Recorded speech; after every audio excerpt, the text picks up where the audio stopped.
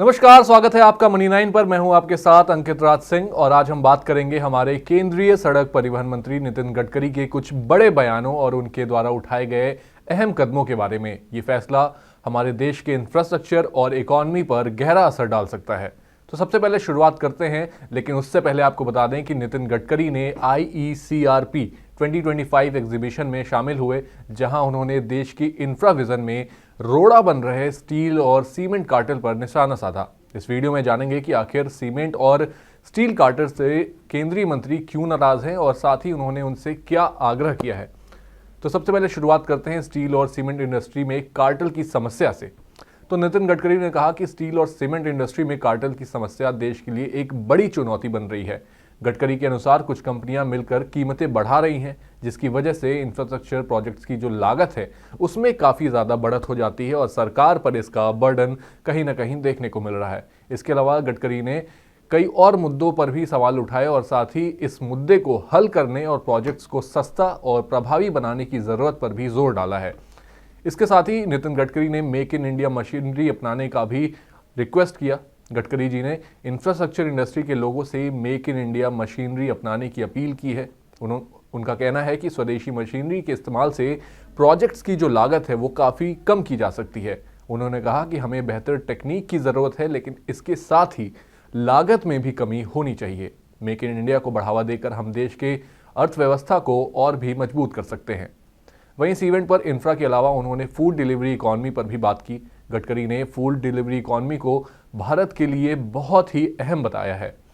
Food delivery economy का महत्व समझाते हुए उन्होंने कहा कि भारत में फिलहाल 77 लाख डिलीवरी वर्कर्स काम कर रहे हैं। ये जो संख्या है ये 2030 तक करीब 2.5 करोड़ लोगों तक पहुंच सकती है।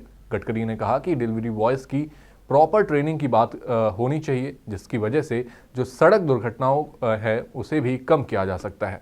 इसके साथ ही नितिन गडकरी ने त्रिपुरा राज्य के लिए भी कई सारे अनाउंसमेंट्स किए। इसमें जो सबसे बड़ी अनाउंसमेंट थी वो ये है कि त्रिपुरा के लिए उन्होंने करीब 2800 करोड़ रुपए की परियोजनाओं को यहाँ पर उसकी शुरुआत की है। त्रिपुरा राज्य की कनेक्टिविटी को बढ़ावा देने के लिए करीब 2800 करोड़ रुपए की परियोजना की घोषणा की गई है।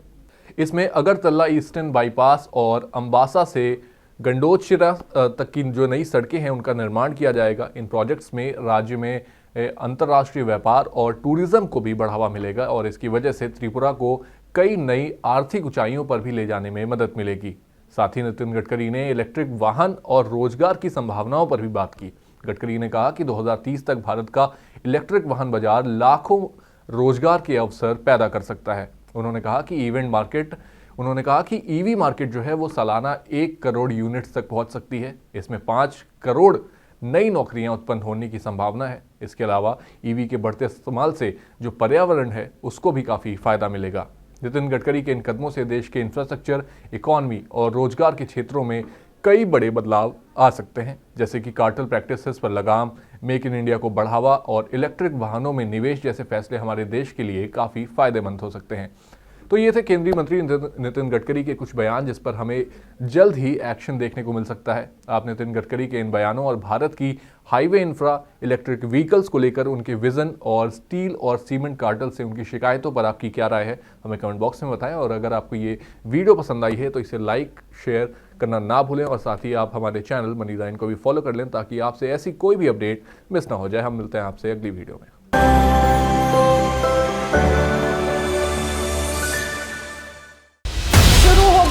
बजट काउंटडाउन, एक तरफ ग्रोथ, दूसरी तरफ महंगाई, सरकार के सामने चुनौतियां हजार। इनकम टैक्स पर उम्मीदें कर दो पूरी सरकार, बाजार की भी दिक्कतें सुलझा दो सरकार के ऐलान और शेयरों में हलचल, शेयरों में हो रहा हर दिन नुकसान।